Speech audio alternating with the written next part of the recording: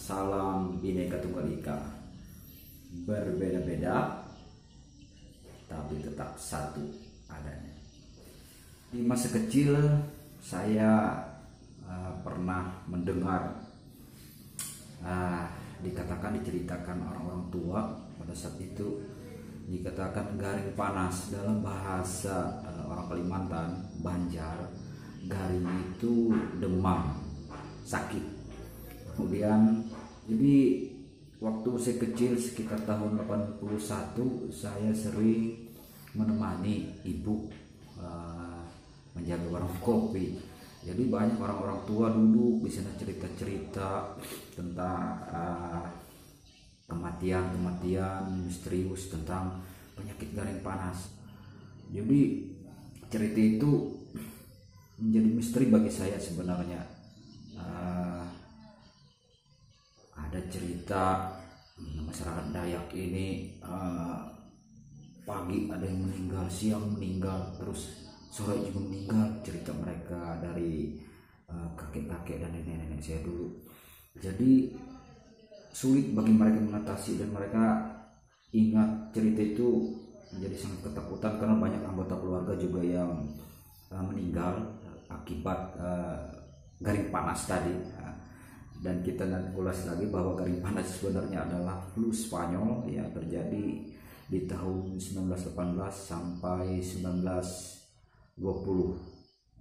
Jadi terjadi kematian terus menerus di satu kampung. Ya, cerita saya tadi, ada yang mengantar mayat, habis mengantar mayat dia demam, sakit, dia juga meninggal.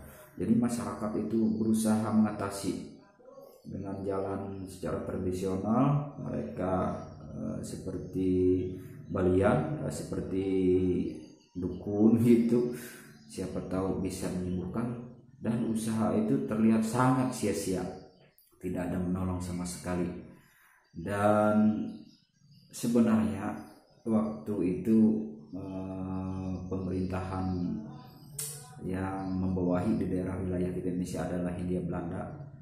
Akses kesehatan, sarana kesehatan itu sangat minim di daerah pelosok. Saya tahu kalau daerah saya itu 200 km dari kota terdekat Banjarmasin yang berada di selatan, dan aksesnya sangat sulit ke daerah pedalaman, dan melewati jalur darat hampir dikatakan waktu itu baru-baru dibangun dan sangat parah juga rusak jalannya. Melewati sungai juga sulit. Kalau sampai masuk ke pedalaman itu sangat sulit sekali melewati sungai-sungai kecil. Jadi kematian itu terjadi terus menerus. Ketakutan terjadi di masyarakat pada waktu itu. Kalau dari cerita dari almarhum kakek. Jadi apa ya sebenarnya garing panas itu menjadi misteri bagi saya waktu masih kecil, sampai saya bisa menemukan literatur tentang bahasan garing panas itu. Dia menggigil, terus kalau tengah hari dia pasang lampu di tengah halaman, dia tidur tengah halaman supaya ini sinar matahari ini menghangatkan badannya. Karena kalau orang demam itu merasa menggigil padahal badannya panas. Dan berjemur di bawah sini, di bawah terik sinar matahari itu bukan solusi tepat buat dia, malah meninggal kadang-kadang. Dari cerita kakek dulu, dari turun temurun cerita mereka.